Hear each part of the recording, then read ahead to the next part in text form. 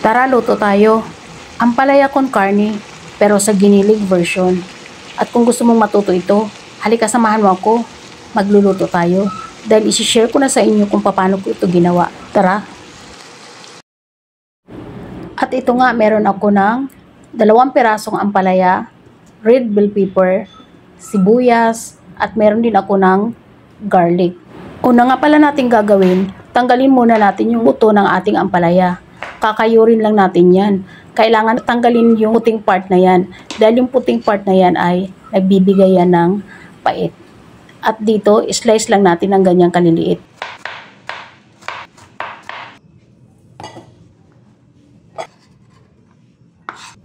At kapag na-slice na natin, lalagyan natin ng asin. So, hindi ko na pinakita dito sa video na to, pero nilagyan ko yan ng water. Ibabad lang natin ng 5 minutes. At meron naman ako dito ng bell pepper. In-slice ko lang siya ng pahaba. At meron ako ng sibuyas. I-slice din natin siya ng pahaba. So, 2 pirasong sibuyas yung ginawa ko.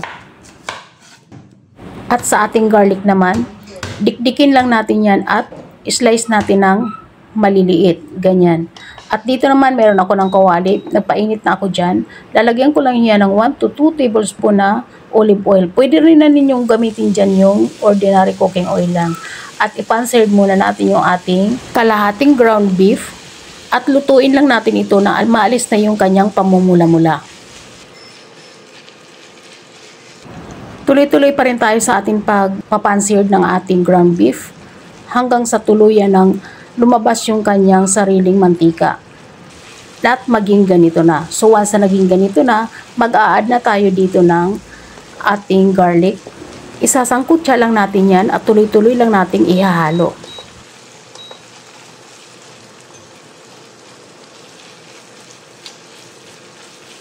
At kapag nahalo na natin ng mabuti, ininext na natin yung ating onion. Slice lang yan at ihahalo ulit natin para masangkot siya ng mabuti yung ating mga nilagay na mga ingredients. At dito naglagay ako ng light na soy sauce. 2 tablespoon yan. At 2 tablespoon na oyster sauce at ng dark soy sauce. At naglagay din ako dyan ng black pepper at hinalo-halo ko ulit yan. At habang hinahalo natin ito ng mabuti, maraming salamat nga pala sa mga nag-like sa picture na in-upload ko dito at mga nag-comment. Talagang masarap ito kaya subukan nyo rin ito sa inyong mga tahanan. At dito nga pala sa part na to, naglagay na ako dito ng red bell pepper at ng ating ampalaya. So, hindi ko na naipakita kasi nakalimutan kong i-on yung camera. At nailagay ko na yan at hinalo-halo ko lang ng mabuti. At i-cover lang natin ng mga ilang sandali lang. At dito, naglagay na ako dito ng spring onions. Pero pwede rin mamaya nyo nang ilagay. Pero ako nilagay ko na kasi para yung bango niyan ay mag-mix na sa ating mga ingredients na nilagay. At hinalo-halo ko lang yan. Pwede na rin kayo dito maglagay ng cornstarch slurry, pero ako hindi na ako naglagay dyan kasi halos kunti na lang naman yung sauce niyan. So sa tingin ko parang okay na. At tinikman ko lang yan at nung tinikman ko ay nakulangan ako kaya nag-add ako dyan ng oyster sauce. So pwede na kayo mag-adjust kapag malapit ng maluto. Doon nyo na makikita kung kailangan pa ninyo magdagdag ng ating pampalasa. At dito hinalo-halo ko ulit at halos tapos na tayo sa ating ampalaya con carne. At ito sa last, nag-dash lang ako ng sesame oil. At ayan, hinalo-halo ko ulit. Kaya last ko nilagay ang sesame oil dahil sa last, mas maiiwan yung amoy na parang mabango pa at sariwa pa yung ating sesame oil.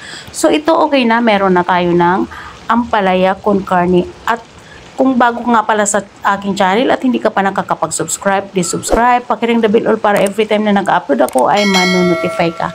At paki-follow na rin ako sa aking Facebook page, Hilda Kitchen Vlog. At kung saan ka nga pala nanonood sa part na to ng aking video, mag-comment ka na lang dyan para may pasalamatan kita at may shoutout kita sa aking mga next video.